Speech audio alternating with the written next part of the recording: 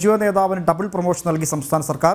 കേരള ഹൗസിലെ KM പ്രകാശനെ control തസ്തികയിൽ നൽകിയ നിയമനത്തിന് മുഖ്യമന്ത്രി ഓഫീസിന്റെ അംഗീകാരം ലഭിച്ചു. കോടതി നാളെ കേസ് പരിഗണിക്കാനിരിക്കെയാണ് തിരക്കിട്ടുള്ള നിയമനം. വിവരങ്ങളുമായി ശാലിനിയുണ്ട്. ശാലിനി, നിയമനം തന്നെ വലിയ വിവാദമായിരുന്നു. ഇഷ്ടക്കാരെ തിരികെ കയറ്റുന്ന വലിയ ആരോപണമൊക്കെ ഉയർന്നതിനിടയിലാണ് വീണ്ടും പ്രൊമോഷൻ കൂടി നൽകി ഈ ഒരു തീരുമാനം മുഖ്യമന്ത്രിയുടെ ഓഫീസ് ഉത്തരവിറക്കിയിരിക്കുന്നത്. അത്തരം തീരുമാനത്തിലേക്ക് വന്നിരിക്കുന്നത്. കേസ് നാളെ പരിഗണിക്കാനിരിക്കവേ ഈ ഒരു തീരുമാനത്തിലേക്ക് കടന്നിരിക്കുന്നു. എങ്ങനെയാണ് ഇതുമായി ബന്ധപ്പെട്ട കൂടുതൽ വിവരങ്ങൾ പുറത്തു വരുന്നത്?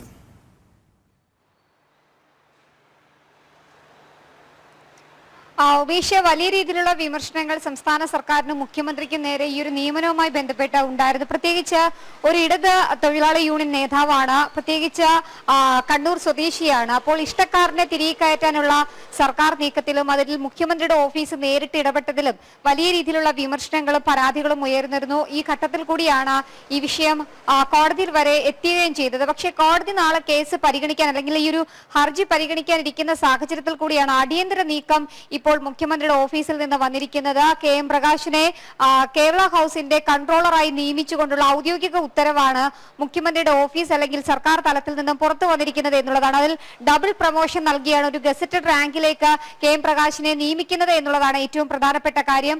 ഇത്തരത്തിൽ വഴിവിട്ട നിയമനങ്ങൾ പല ഘട്ടങ്ങളിൽ സംസ്ഥാന സർക്കാർ നടത്താറുണ്ട്.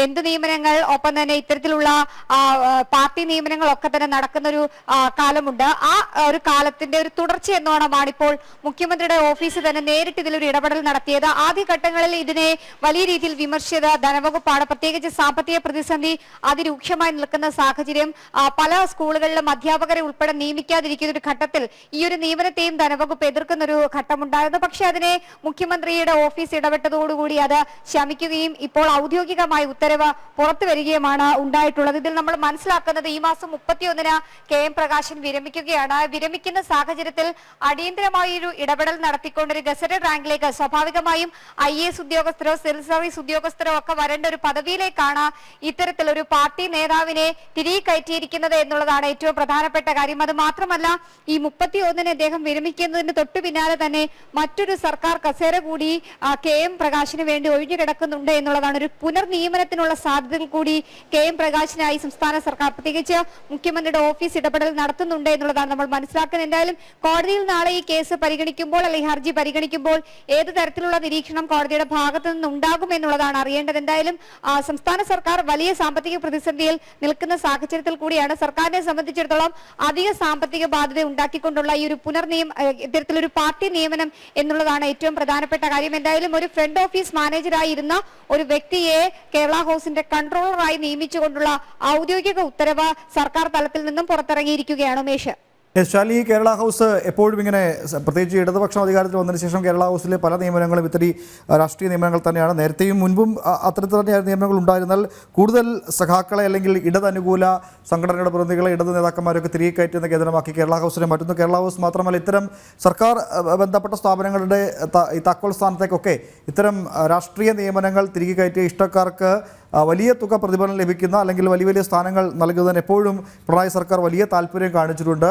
അതിൽ പലപ്പോഴും LDFനുള്ളിൽ തന്നെ വലിയ വിമർശന സ്വരങ്ങളൊക്കെ ഉയരുമ്പോഴും അതൊന്നും ഗൗനിക്കാതെയാണ് ഇത്തരം നിയമനങ്ങൾ നടത്തുന്നത്. പ്രത്യേകിച്ച് ധനവകുപ്പ് ഉൾപ്പെടെ എതിർപ്പ് ചൂണ്ടിക്കാട്ടിയിട്ട് പോലും മുഖ്യമന്ത്രി ഓഫീസ് നേരിട്ട് ഇടപെട്ട് ഇത്തരം നിയമനങ്ങൾ നടത്തുക എന്നൊക്കെ പറയുമ്പോൾ വലിയ വലിയ വലിയ തട്ടിപ്പിന് അല്ലെങ്കിൽ ഇത്തരം പല സ്ഥാനങ്ങളിലും ഇത്തരം നിയമനങ്ങൾ നടത്തുന്നത് ചില സെറ്റിൽമെൻറ്റുകൾക്കാണ് എന്ന ആരോപണം അത് ശരിവെക്കുകയാണ്. പ്രത്യേകിച്ച് മുഖ്യമന്ത്രി ഓഫീസാണ് ഇത്തരം വഴിവിട്ട ഇടപെടലുകൾക്കൊക്കെ കാരണമായി മാറുന്നതെന്ന ആരോപണത്തെ ഒരിക്കൽ കൂടി ശരിവെക്കുന്നു. അല്ലേ ശാലിനി?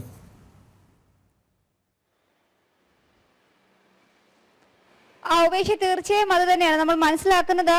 ഈ തസ്തികയിലേക്ക് തന്നെ പരിഗണിക്കണമെന്ന് ആവശ്യപ്പെട്ടുകൊണ്ട് KM പ്രകാശൻ തന്നെയാണ് മുഖ്യമന്ത്രിക്ക് ഔദ്യോഗികമായ ഒരു കത്ത് നൽകുന്നത്. ഈ കത്ത് ധനവകുപ്പ് എതിർക്കുകയും ഒക്കെ തന്നെ ചെയ്തിരുന്നു. പിന്നീട് നമ്മൾ മനസ്സിലാക്കുന്നത് ഈ കത്ത് നൽകിയതിന് തൊട്ട് പിന്നാലെ തന്നെ ഈ മാസം 31-ന് വിരമിക്കുന്ന പ്രകാശിന് അവസരം നഷ്ടമാകാതിരിക്കാൻ പൊതുഭരണ വകുപ്പ് കൂടി ഈ വിഷയത്തിൽ ഇടപെട്ടിട്ടുണ്ട് എന്നുള്ളതാണ്. അതിൽ പൊതുഭരണ വകുപ്പ് അടിയന്തരമായി ഇടപെട്ടുകൊണ്ട് ഈ നടപടികൾ വേഗത്തിലാക്കണമെന്നാവശ്യപ്പെട്ട് KM എബ്രഹാം പൊതുഭരണ സെക്രട്ടറിക്ക് ഒരു കത്ത് നൽകുകയും ചെയ്തിരുന്നു. ഇതിന്റെയൊക്കെ അടിസ്ഥാനത്തിലാണ് ഇനി ദിവസങ്ങൾ മാത്രം ശേഷിക്കെ വിരമിക്കലിന് അതിന് മുന്നോടിയായി ഒരു ഡബിൾ പ്രൊമോഷൻ നൽകിക്കൊണ്ടൊരു ഫ്രണ്ട് ഓഫീസ് മാനേജർ അല്ലെങ്കിൽ അത്തരത്തിൽ നിന്നൊരു തസ്തികയിൽ നിന്ന് നേരെ കൺട്രോളറിലേക്ക് അഡീഷണൽ സെക്രട്ടറിമാരും IAS ഉദ്യോഗസ്ഥരും ഒക്കെ കൈയാളുന്ന ഒരു പദവിയിലേക്ക് പാർട്ടി നിയമനം നടത്തുന്നു. അതിൽ ഒരു കത്തിന്റെ അടിസ്ഥാനത്തിൽ മാത്രം മുഖ്യമന്ത്രി ഇടപെടുമ്പോൾ അത് എത്രത്തോളം പാർട്ടി ബന്ധമുണ്ട് എന്നുള്ളതാണ് നമ്മൾ മനസ്സിലാക്കേണ്ടത്. കാരണം കഴിഞ്ഞ മണിക്കൂറിലൊക്കെ നമ്മൾ സൂചിപ്പിച്ചതുപോലെ തന്നെ യോഗ്യതകൾ ഉണ്ട്, ഒപ്പം തന്നെ നിയമനം കാത്ത് സെക്രട്ടേറിയറ്റ് പഠിക്കൽ ഉൾപ്പെടെ സമരം നടത്തിയ CPO റാങ്ക് ഹോൾഡേഴ്സ് ഉണ്ട്, അധ്യാപകരുണ്ട്. അത്തരത്തിൽ വിവിധ തസ്തികകൾ അർഹരായവർ പുറത്തു നിൽക്കുമ്പോഴാണ് ഇത്തരത്തിൽ പാർട്ടി നിയമനങ്ങളിലൂടെ പാർട്ടിക്കാർക്കും ഇഷ്ടക്കാർക്കുമുള്ള നിയമനം എന്നുള്ളതാണ് ഏറ്റവും ശ്രദ്ധേയമായിട്ടുള്ള കാര്യം. എന്തായാലും മുഖ്യമന്ത്രിയുടെ ഓഫീസ് തുടക്കം മുതൽ തന്നെ ഈ നിയമനവുമായി ബന്ധപ്പെട്ട് ഇടപെട്ടിട്ടുണ്ട് എന്നുള്ളതായിരുന്നു വസ്തുതകൾ പുറത്തു വന്നത്. അതിന്റെ ഒരു തുടർച്ച എന്നോണം അല്ലെങ്കിൽ അതിന്റെ ഒരു അവസാന ഘട്ടം എന്നോണമാണ് ഇപ്പോൾ ഔദ്യോഗികമായ ഒരു ഡബിൾ പ്രൊമോഷൻ നൽകിക്കൊണ്ട് KM പ്രകാശിനെ ആ ഒരു താക്കോൽ സ്ഥാനത്ത് തന്നെ നിയമിച്ചുകൊണ്ടുള്ള സർക്കാർ ഉത്തരവാണ് ശ്രദ്ധേയം. എന്തായാലും തുടക്കത്തിൽ ധനവകുപ്പ് എതിർക്കുന്നു, പിന്നീട് ധനവകുപ്പ് അതിൽ മയപ്പെടുന്നു, തൊട്ടു പിന്നാലെ തന്നെ ഔദ്യോഗിക ഉത്തരവ് കൂടി വരികയാണ്. എന്തായാലും തെരഞ്ഞെടുപ്പ് അടുത്ത് നിൽക്കുന്ന സാഹചര്യത്തിൽ ഇത്തരത്തിൽ ഇഷ്ടക്കാരെ തിരികെ കയറ്റിക്കൊണ്ടുള്ള ഒരു പാർട്ടി നിയമനങ്ങൾ സർക്കാർ തലത്തിൽ സർവ്വസാധാരണമായി നടക്കുകയാണ്. എന്തായാലും അതിനെതിരെ നൽകിയിട്ടുള്ള ഹർജികളിൽ ഇനി കോടതിയുടെ ഭാഗത്തു നിന്ന് വരുന്ന നടപടികൾ, നിരീക്ഷണങ്ങൾ അത് ഏറെ നിർണായകമായിരിക്കും. ഒരുപക്ഷെ നിയമനം റദ്ദാക്കുമോ എന്നുള്ളതും ചോദ്യചിഹ്നമായി നിലനിൽക്കുന്ന ഒരു സാഹചര്യം ഉണ്ടെന്നാലും നാളെയാണ് കോടതി ഒരു ഹർജി പരിഗണിക്കാൻ പോകുന്നത്. അവിടെ ഏത് തരത്തിലുള്ള നടപടികളിലേക്ക് നീങ്ങും എന്നുള്ളത് കണ്ടറിയേണ്ടിയിരിക്കുന്നു. ഉമേഷ്, യെസ്, എന്തായാലും കോടതി നാളെ സ്വീകരിക്കുന്ന നടപടിയും നിലപാടും ഒക്കെ നിർണായകമാകും. ശൈലി സൂചിപ്പിച്ച പോലെ തന്നെ നിരവധി ഡിഗ്രിയും യോഗ്യതയും ഒക്കെ നേടിയ ആളുകൾ അങ്ങനെ സമരം ചെയ്യുമ്പോൾ, ജോലിക്ക് സമരം ചെയ്യുമ്പോഴാണ് പാർട്ടി അനുകൂല സംഘടനയുടെ നേതാവാണ്, ഇടത് അനുകൂല നേതാവാണെന്ന ഒറ്റ കാരണത്താൽ ഉന്നത സ്ഥാനങ്ങൾ ഇവരെയൊക്കെ തേടിയെത്തുന്നത്. സർട്ടിഫിക്കറ്റുകൾക്കൊന്നും കാര്യമായ വിലയൊന്നുമില്ല. പാർട്ടി സെക്രട്ടറിയുടെ കത്തിന് മാത്രമാണ് സമകാലിക കേരളത്തിൽ വിലയുള്ളത് എന്ന് ഒരിക്കൽ കൂടി പിണറായി സർക്കാർ തെളിയിച്ചിരിക്കുകയാണ്. ശാലിയാണ് വിശദവിവരങ്ങൾ പങ്കുവച്ചത്.